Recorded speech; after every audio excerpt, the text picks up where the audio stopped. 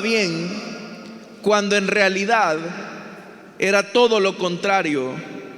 Lo afirma el Señor omnipotente. Hasta ahí dejamos la lectura, hermanos. Tengan la bondad de sentarse, por favor, esta tarde.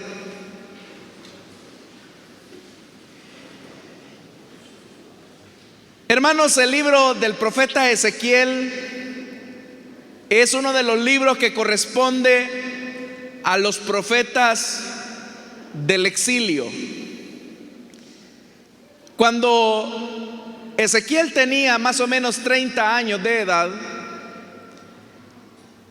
se produce lo que se conoce como la primera deportación de Judá o de Jerusalén hacia Babilonia. Esta sería la primera de tres. La tercera terminaría con la destrucción de toda la ciudad.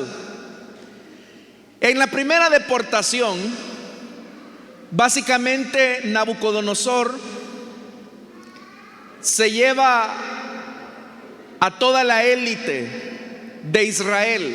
Estamos hablando de la clase política, de la clase religiosa, y por eso es que Ezequiel tiene que ir a Babilonia, lejos de su tierra, y a lo que podríamos llamar la clase económica, alguna parte de ella, aunque ellos, la totalidad de los comerciantes, de la vida productiva, los obreros, se irían en la segunda deportación. Y en la tercera es que finalmente se va a producir la destrucción de toda la ciudad de Jerusalén.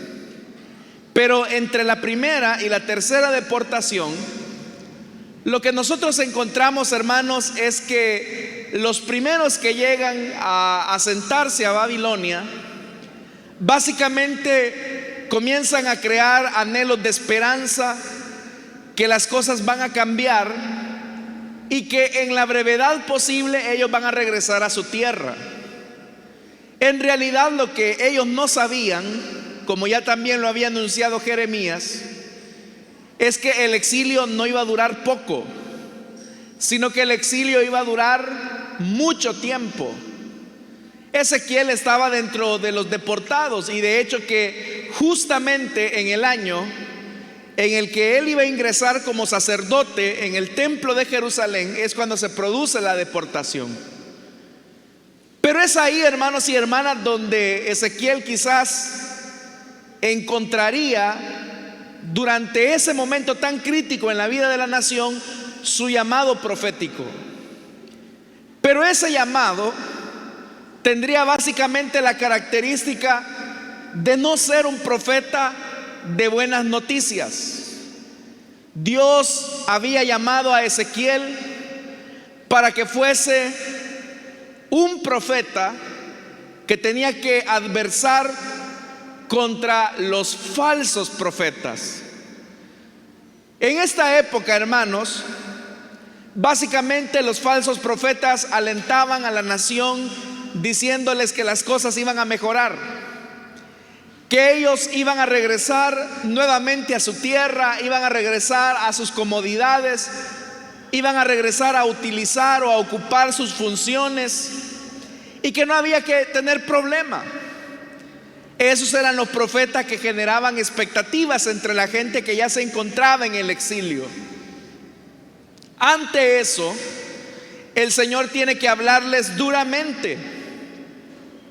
De hecho, hermanos, que en el versículo 1 del capítulo 13 dice la Biblia que el Señor le dice: hijo de hombre, denuncia a los profetas de Israel que hacen vaticinios, es decir, profecías según sus propios delirios, y diles que escuchen la palabra del Señor.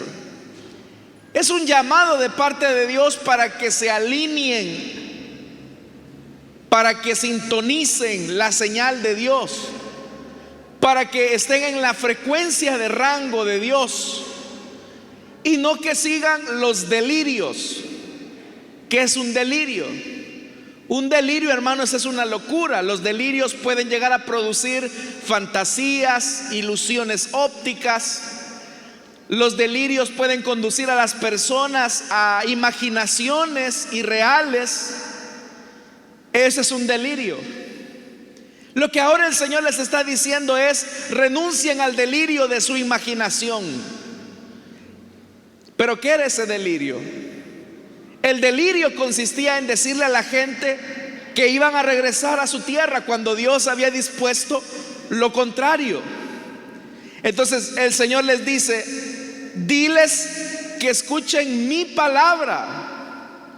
¿Y cuál era la palabra del Señor? La palabra del Señor era que ellos tenían que enfrentar las consecuencias de haber abandonado a Dios, de haber endurecido su corazón, como lo dice el profeta Ezequiel. Sin embargo, estos profetas, de manera obstinada, siguen con el discurso de que las cosas van a ir bien. Entonces el Señor les dice en el versículo 3: ay de los profetas insensatos que sin haber recibido ninguna visión siguen su propia inspiración. Una visión, hermanos y hermanas, es un sueño revelatorio de Dios en el que Él manifiesta su voluntad. Sin lugar a dudas que Dios en la actualidad sigue hablando a través de sueños y de visiones. Lo único que uno tiene que distinguir cuáles son los sueños de Dios y cuáles no. En primer lugar, un sueño o una visión que provenga de Dios, hay plena seguridad que Dios ha hablado. Si usted de repente tiene un sueño y usted se pregunta: hermano, mire, yo quisiera saber qué significa este sueño, porque yo creo que es de Dios. De entrada yo le diría: no es de Dios, porque Dios no anda jugando a las adivinanzas. Cuando Dios habla, habla claramente. Él no necesita andar jugando al gato encerrado. Él habla claro. Pero vea esto: estos profetas hablan de sus propios deseos. Pero no era para menos. Si estos profetas eran los que habían engañado al pueblo que ahora está en Babilonia, porque estos profetas allá en Israel tenían sus comodidades, tenían asegurado su salario, tenían las prestaciones, tenían sus casas amuebladas, tenían todo. Entonces era lógico que ellos, a partir de su deseo, aspiraran a regresar al lugar de su comodidad. Pero ahora el Señor les está diciendo: diles que escuchen mi palabra. Pero esa palabra era una palabra incómoda hasta para los mismos profetas, porque esa palabra lo que significaba era: no van a tener nuevamente esas comodidades, no van a tener nuevamente los lujos que antes tenían, sino que lo que ahora van a tener es sequía. Lo que ahora van a tener es escasez. Pero ¿quién se alinea a un mensaje de esos? Y la razón de por qué Dios les estaba entregando ese tipo de mensaje era porque básicamente ellos lo tenían todo allá en Israel. Pero ahora el Señor se los está quitando. Entonces vea esto. Dice el versículo 4, este es el segundo ay. Ay, Israel, tus profetas son como chacales entre las ruinas.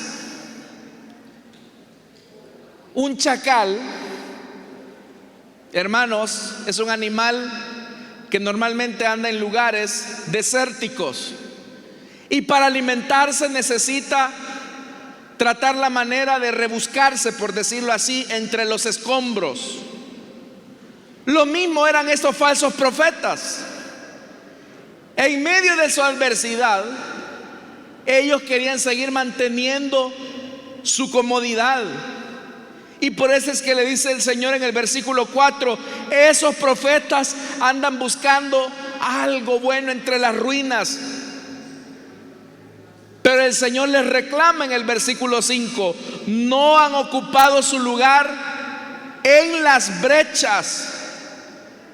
¿Y cuáles eran esas brechas? Las brechas de trabajo. Porque era más fácil estarle sobando, estarle consintiendo las maldades al pueblo a cambio de comodidad. Esta gente, estos falsos profetas, eran de la idea: bueno, si tú me dices o si yo te digo lo que tú quieres oír, a cambio de eso tú me vas a dar algo. Y la gente, hermanos y hermanas, obviamente va a pagar por algo que lo haga sentir cómodo. Estos profetas eran así. Eran falsos profetas que por las comodidades que algunos les ofrecían, les profetizaban cosas a su conveniencia. Entonces venía esta gente y les decía: ¿qué dice el Señor para mí? Dice el Señor que te va a bendecir, que te va a prosperar en tu campo, que multiplicará el pan sobre tu mesa, que tu descendencia será fructífera. Pero probablemente al que le estaban profetizando era una persona injusta, corrupta, era una persona idólatra, que solo quería tener garantizada la bendición de Dios sin el compromiso de una vida de obediencia a la palabra de Dios.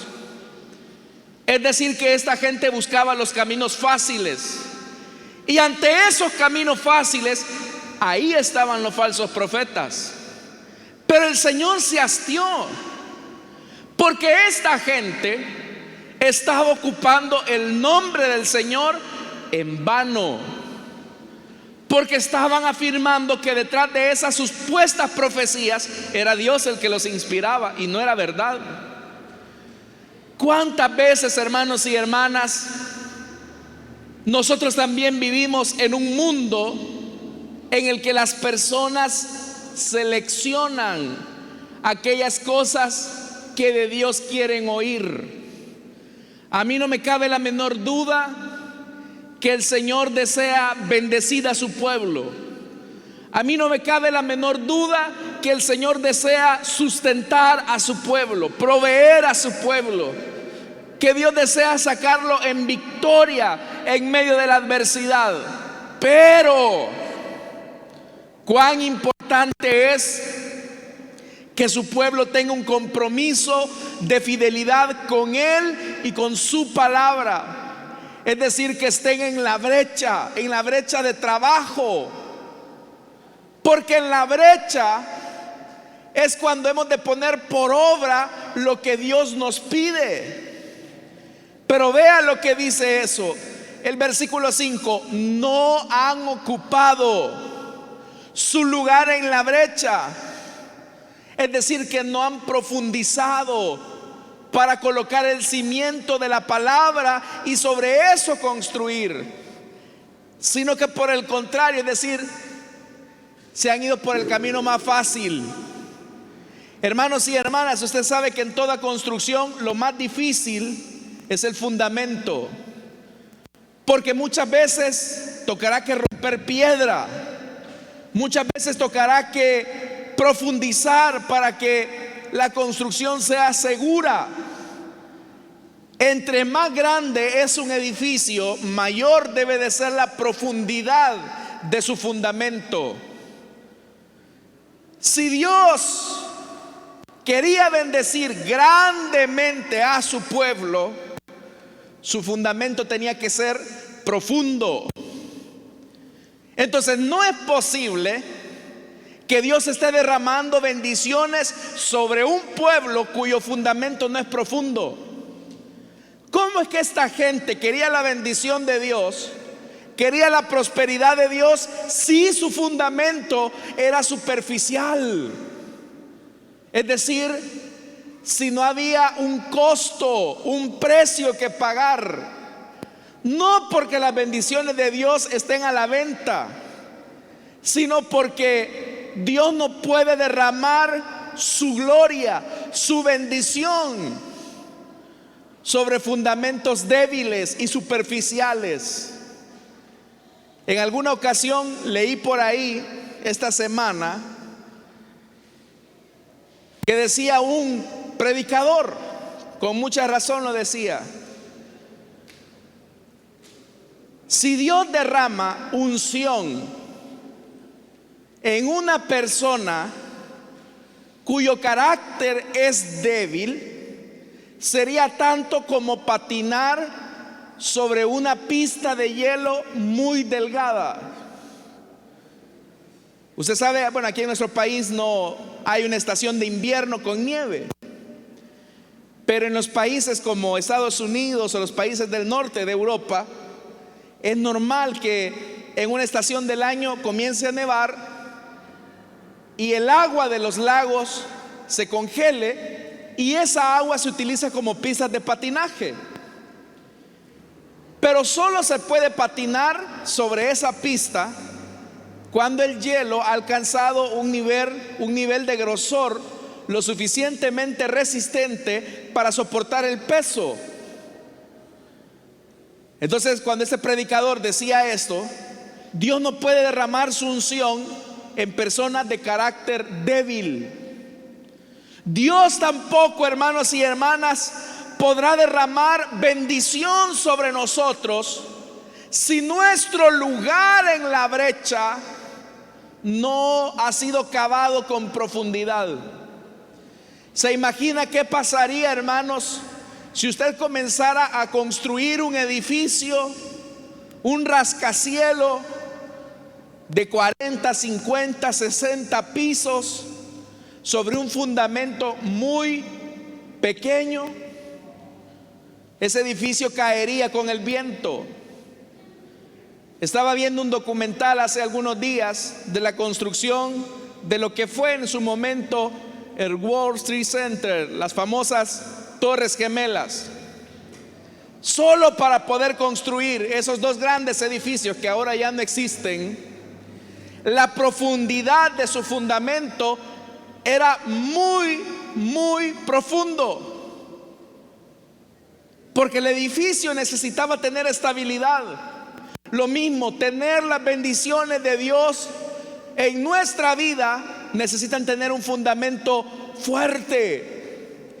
No se trata, hermanos y hermanas, de decir palabras mágicas o palabras fantasiosas como yo declaro, yo ordeno, yo decreto, yo recibo, si no tenemos el carácter para soportar las bendiciones de Dios.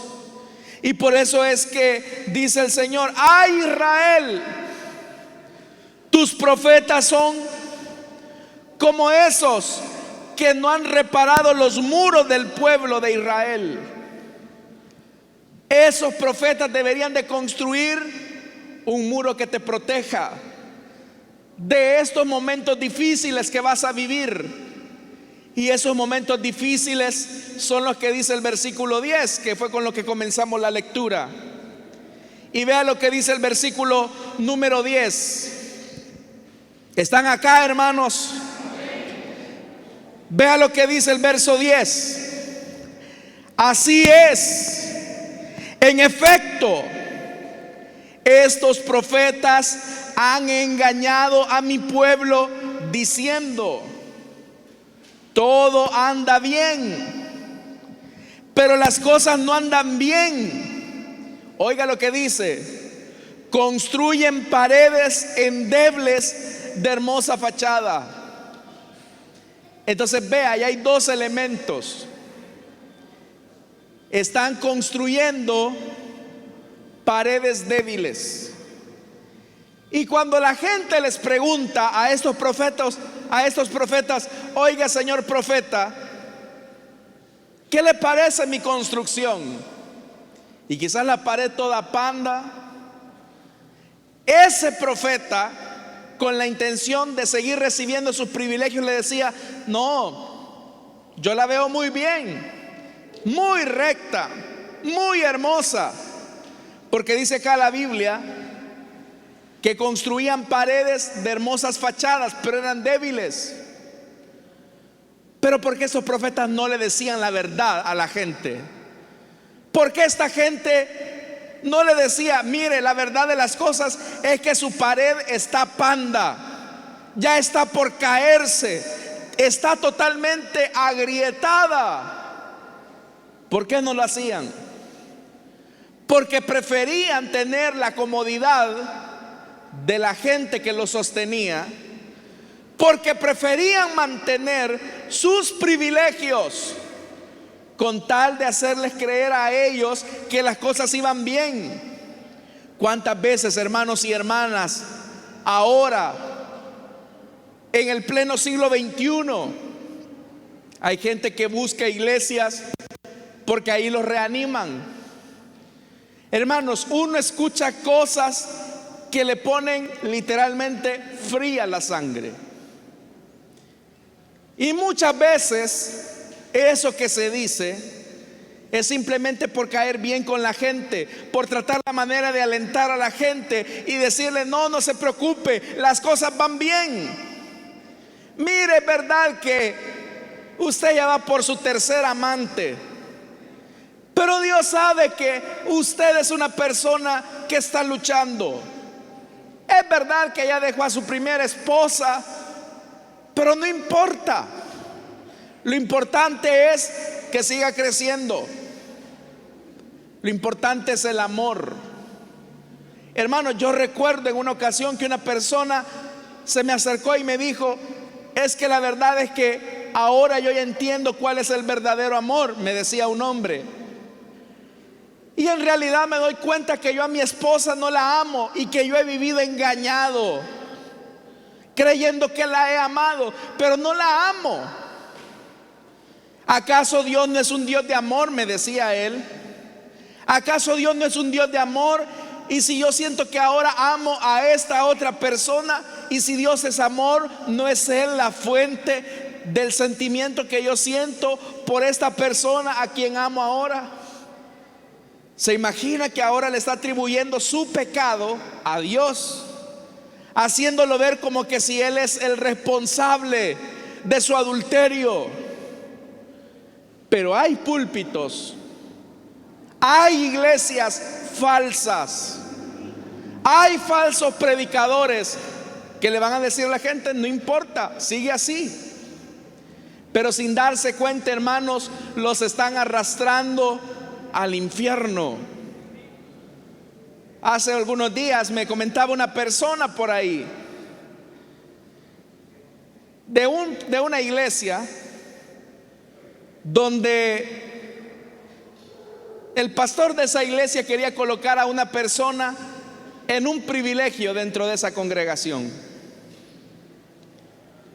Y resulta ser que la persona que era candidata para ese privilegio fue muy sincera con el pastor y le dice: hermano, le dijo, le agradezco mucho que usted me haya tomado en cuenta para este privilegio, pero en realidad espiritualmente no estoy bien con el Señor, así que yo no podría ocupar ese privilegio en la iglesia. Y el pastor lo que le dijo fue: no te preocupes, le dijo, si vos estás mejor a la par de todos estos que están sirviendo ahorita, le dijo. Y el pastor y el hermano se quedó sorprendido, porque lo que le estaba diciendo era básicamente: no te preocupes, que los otros están peor que vos, y ahí están. Amados hermanos, a Dios no lo podemos engañar, no nos podemos engañar a nosotros mismos. Debemos de comprender y entender que cuando Dios nos señala aquellas cosas en las que estamos mal, nosotros el pecado no lo podemos maquillar con que estamos bien y disimular detrás de nuestra apariencia religiosa, asumiendo que agradamos a Dios. Porque probablemente las personas le dirán: no, si tú eres una buena persona, tú eres una buena mujer. Pero a lo mejor le está diciendo que su pared está recta, cuando en realidad está torcida y a punto de caerle encima. Por eso es que el Señor les dice: construyen paredes endebles de hermosa fachada, tienen apariencia, pero no tienen consistencia. ¿Sabe lo que nos ha enseñado esta pandemia, hermanos y hermanas? Que hay cristianos de apariencia, pero no de consistencia. Si hay algo que nos ha enseñado la actual situación, es que hemos crecido en volumen, en masa, pero no tenemos profundidad, no tenemos carácter. ¿Cuántas personas no hicieron locuras en la cuarentena?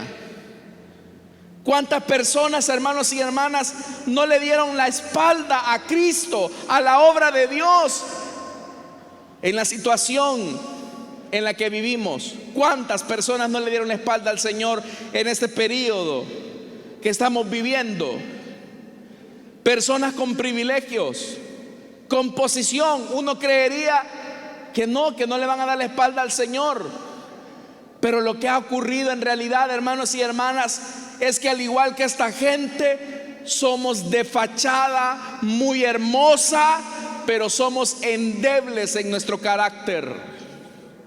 Y si hay algo que debemos de entender, es que a Dios jamás lo podremos engañar. Podremos engañar a la gente de la iglesia, podremos engañar a los hermanos de la congregación, podremos engañar a nuestra familia, podremos engañar incluso al que duerme a nuestro lado, nuestro esposo, nuestra esposa. Pero delante de los ojos del Señor no podremos engañarlo jamás. Él no puede ser burlado, porque Él conoce la intimidad, la profundidad de nuestro corazón. Entonces la pregunta es: ¿usted qué ha construido? Si el Señor viniera a ver lo que está construyendo, ¿será usted un muro de hierro, un muro de bronce con buena altura? ¿O será una pared torcida a punto de caerse y que con el pasar del tiempo simplemente será un mudo recuerdo de lo aparente y engañoso que una vez fue, pero que ahora ya no es más? Vea esto, versículo 13: por tanto, así dice el Señor omnipotente.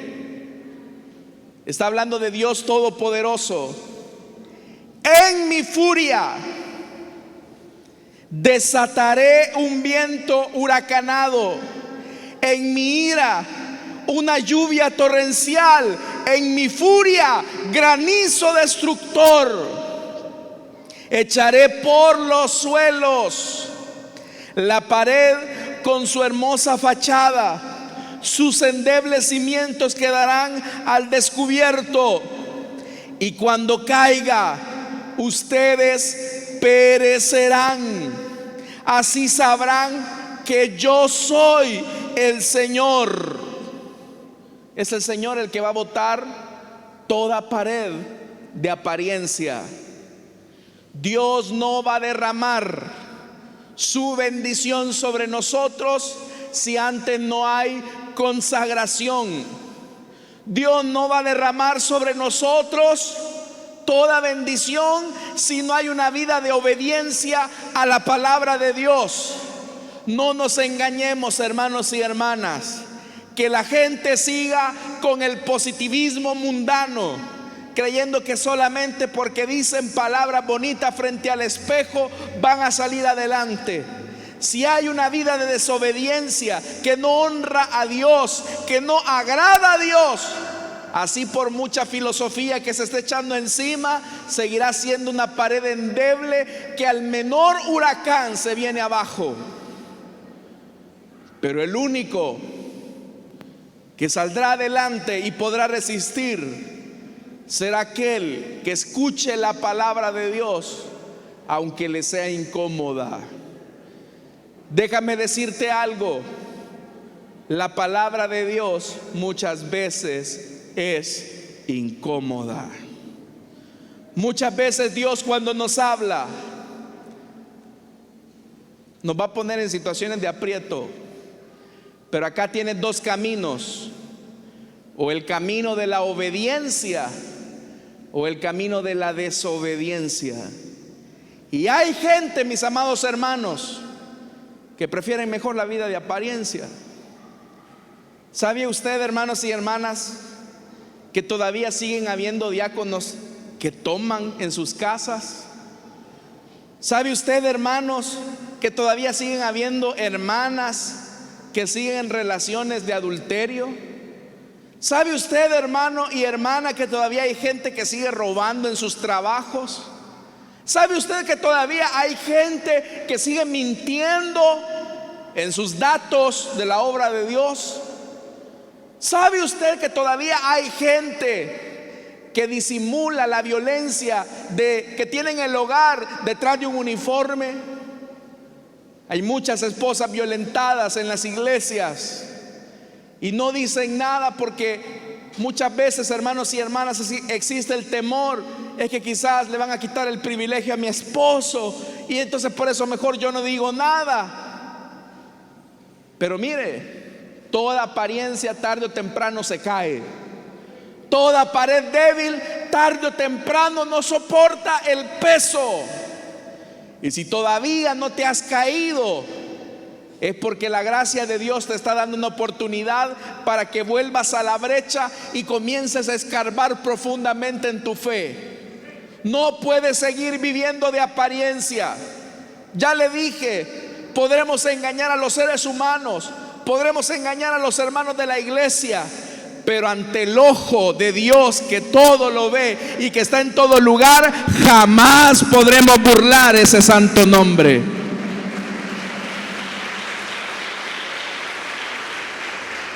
Así que no nos engañemos.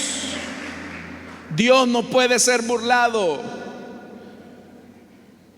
Quiera Dios, hermanos, que ahora nosotros entendamos esto: que para soportar el peso de la bendición divina es importante crecer en nuestro fundamento, volver a la vida de obediencia.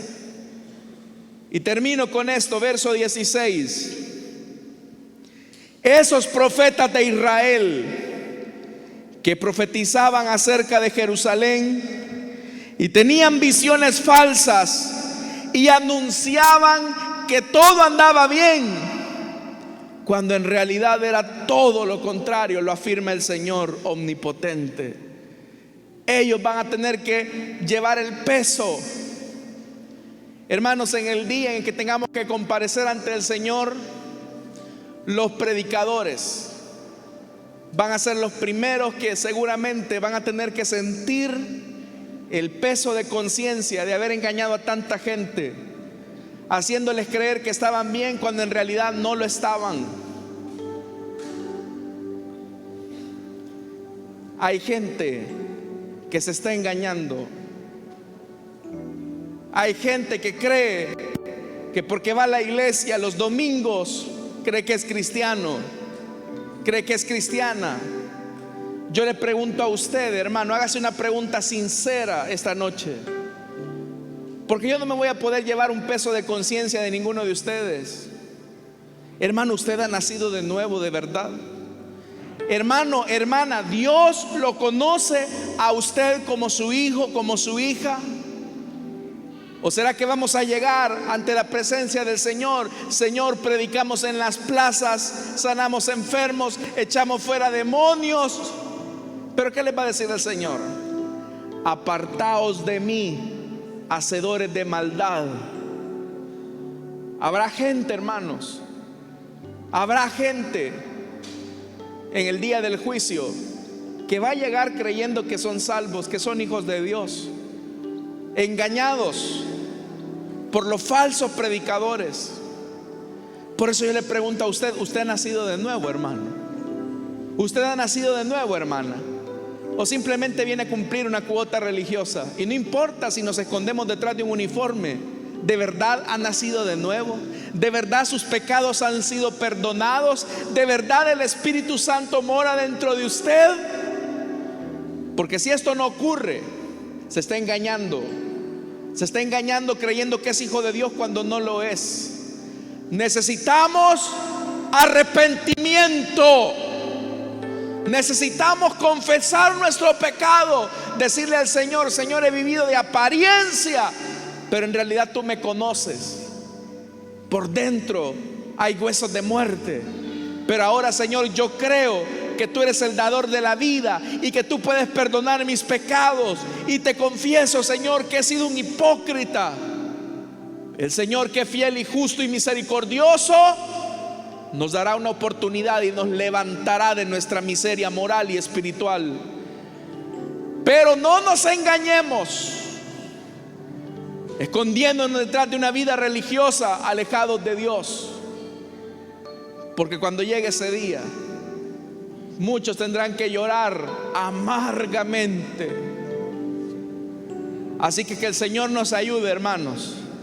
El que tenga oídos para oír, que oiga lo que el Señor nos ha dicho esta tarde. Amén, hermanos. Vamos a orar, hermanos. Vamos a cerrar nuestros ojos. Esta tarde yo quiero preguntar: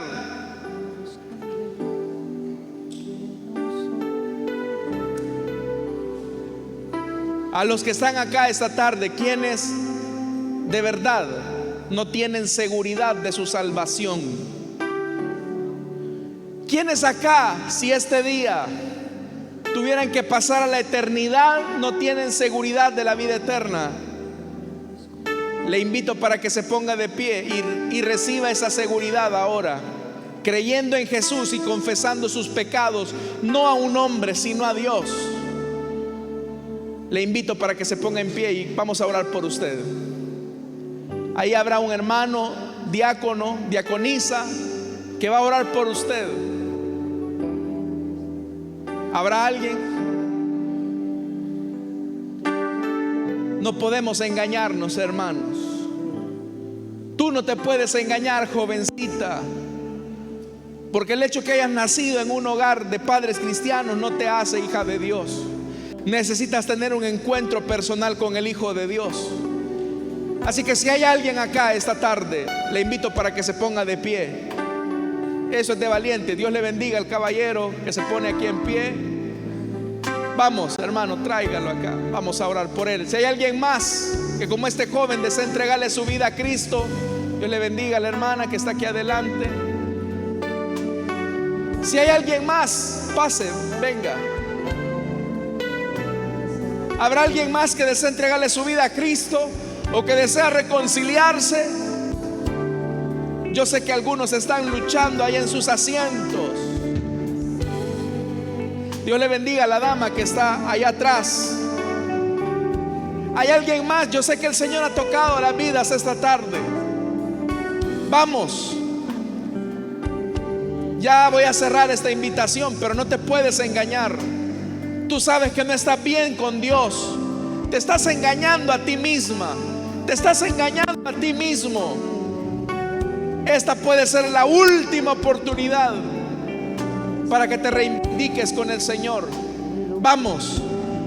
¿No será que tu pared está torcida, a punto de caerse, y tú crees que estás bien, pero no estás bien? Estás a punto de sufrir la peor destrucción de tu vida. ¿Hay alguien más?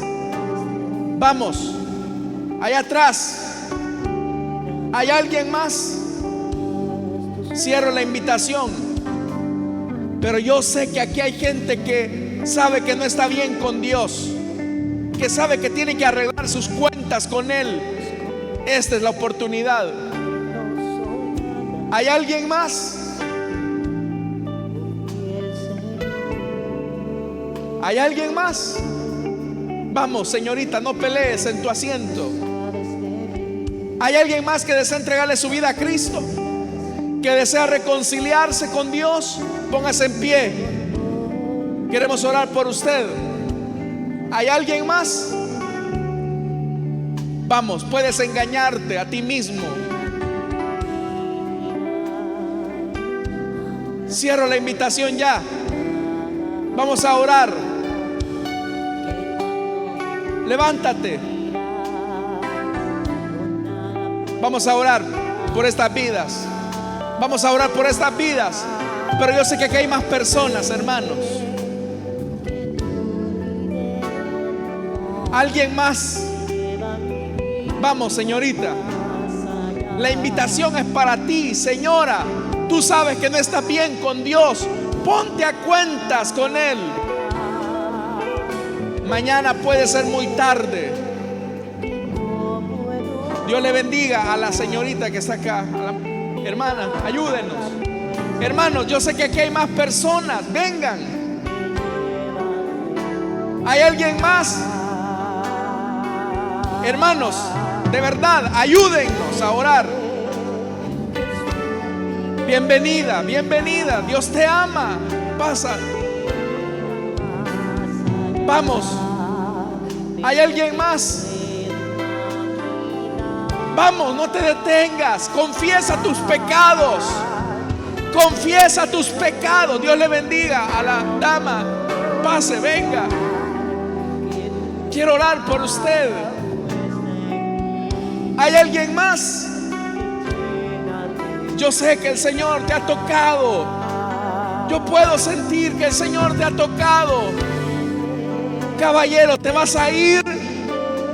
Te vas a ir sin que tus pecados puedan ser perdonados. Vamos, ponte en pie. ¿Qué estás esperando? Es preferible confesar nuestros pecados acá a vivir una vida de engaño. Allá atrás hay alguien más. Vamos, una persona más y cerramos esta invitación. Si hay alguien, hermanos, es en serio. Aquí hay personas que están luchando ahí en sus asientos. Vamos a orar. Pero hay alguien más.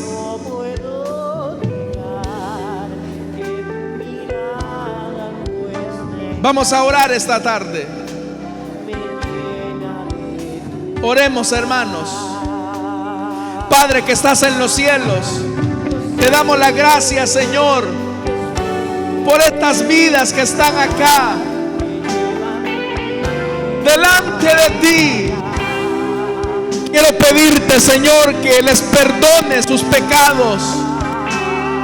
Lávales en tu sangre.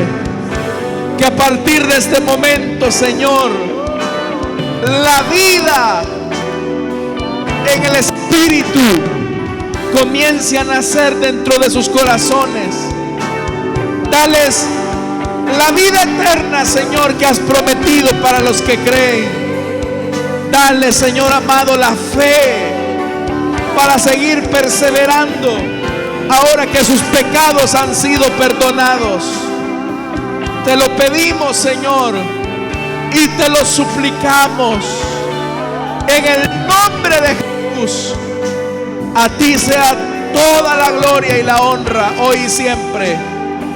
Amén y amén. Gloria al Señor, hermanos. Les damos la bienvenida a nuestros hermanos. Fuerte ese aplauso a nuestro Dios. Bienvenidos, hermanos. Bienvenidas, hermanas. Les van a tomar unos datos, hermanos, para que podamos visitarles. Esta es su casa. Somos su familia en Cristo Jesús. Bienvenidas, bienvenidos. Bienvenidos, hermanos. Vamos a orar, hermanos, esta tarde por nuestras ofrendas y nuestros 10.